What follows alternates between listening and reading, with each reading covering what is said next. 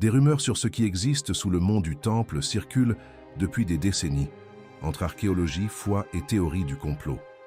Cependant, lorsque Joe Rogan a réuni des chercheurs expérimentés dans son podcast, la conversation a pris une tournure inattendue. Selon ces spécialistes, archéologues, analystes de textes anciens et techniciens en relevé de terrain, de nouveaux scans du sous-sol, des archives historiques et des indices structurels commencent à révéler une image plus claire de ce qui pourrait exister sous l'un des sites les plus disputés au monde. Pour eux, l'histoire est bien plus ancienne et complexe qu'on ne l'imaginait.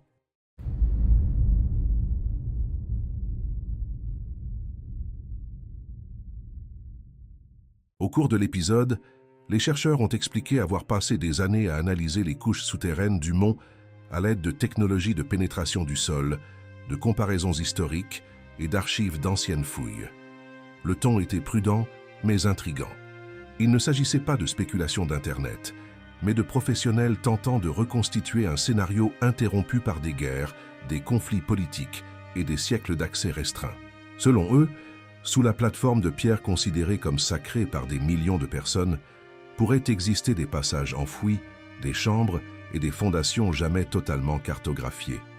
Certaines formations souterraines, autrefois considérées comme des cavités naturelles ou des renforcements structurels, pourraient être des vestiges de constructions antérieures. Certaines structures sont si vastes qu'elles ne correspondent pas aux modèles architecturaux connus de la région. D'autres semblent s'aligner sur des descriptions présentes dans d'anciens textes religieux, suggérant une conception délibérée et non une simple coïncidence naturelle.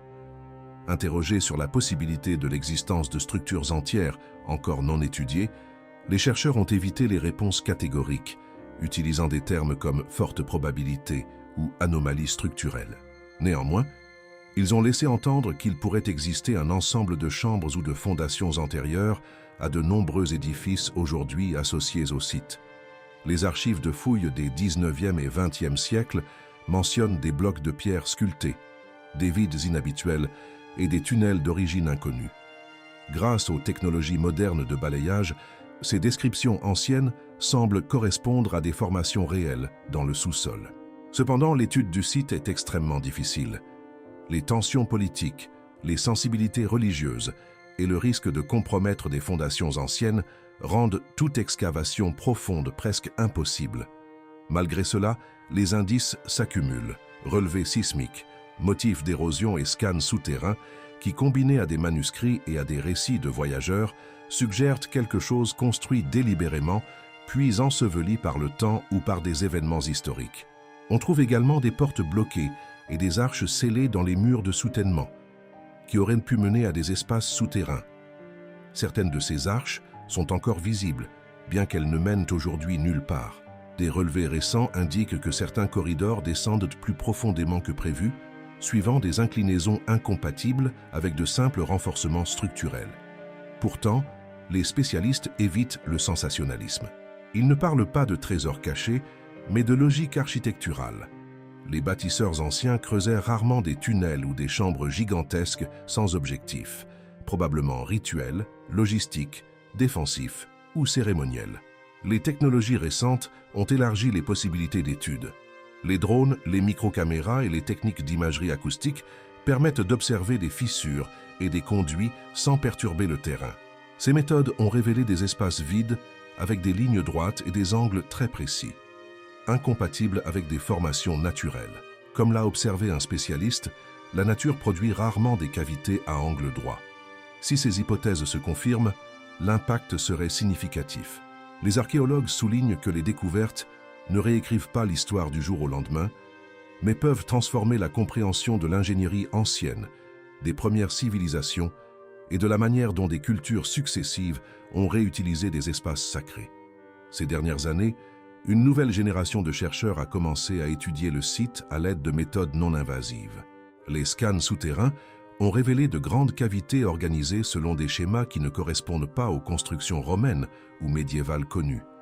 Certains scientifiques ont qualifié ces structures d'éco-architecturaux, des vestiges dont la fonction n'est pas claire mais dont l'origine n'est certainement pas accidentelle.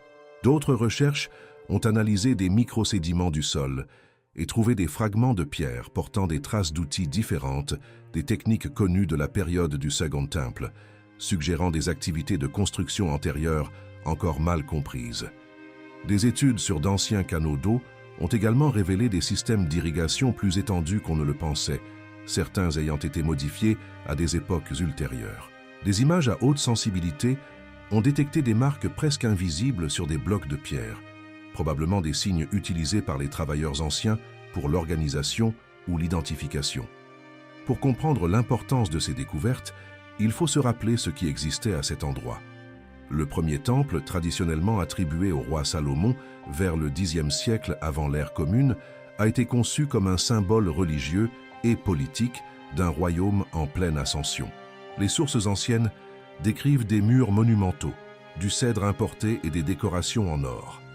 Malgré cela, il existe aujourd'hui très peu de preuves physiques accessibles en raison des restrictions de fouilles sur le mont. Après sa destruction par les Babyloniens en 586 avant l'ère commune, la ville fut dévastée et de nombreux habitants furent exilés. Des décennies plus tard, sous domination perse, les Juifs revinrent et reconstruisirent le temple, plus simple mais chargé de signification spirituelle. Des siècles plus tard, Hérode agrandit radicalement cette structure, remodelant la montagne elle-même et érigeant d'immenses murs de soutènement, des cours, des escaliers et des colonnades. La majeure partie de ce que l'on imagine aujourd'hui comme le temple correspond en réalité à cette expansion hérodienne grandiose. À cette époque, la zone était vibrante et animée. Les prêtres accomplissaient des rituels, les érudits débattaient des lois religieuses dans les cours, les marchands vendaient des animaux et des offrandes, et les pèlerins voyageaient pendant des jours pour assister aux fêtes. Des centaines de bains rituels trouvés à proximité témoignent d'un flux constant de visiteurs. Jérusalem était un centre culturel dynamique, influencé par des routes commerciales reliant des régions d'Arabie, d'Égypte, de Grèce, de Perse et de Rome. Cependant, la diversité signifiait aussi tension. Différents courants religieux et politiques divergeaient sur la tradition, les réformes et la résistance aux puissances étrangères. La ville passa sous domination babylonienne, perse, hellénistique et romaine. Ces pressions culminèrent en révolte contre Rome. En l'an 70 de l'ère commune, après un siège dévastateur, les légions romaines envahirent Jérusalem et incendièrent le second temple. Les récits historiques décrivent des flammes dévorant l'intérieur doré et des murs s'effondrant. Des milliers de personnes périrent et d'innombrables artefacts disparurent. La destruction transforma profondément la vie juive. Sans le temple, les pratiques religieuses se réorganisèrent autour des synagogues, de l'étude et de la communauté, établissant les bases du judaïsme ultérieur. Néanmoins, des parties des structures hérodiennes survécurent, comme le mur occidental. Merci d'avoir regardé. Pendant que vous êtes ici, n'oubliez pas d'aimer la vidéo et de vous abonner à la chaîne. Cliquez sur l'une des vidéos recommandées à l'écran pour découvrir davantage d'informations fascinantes. À bientôt.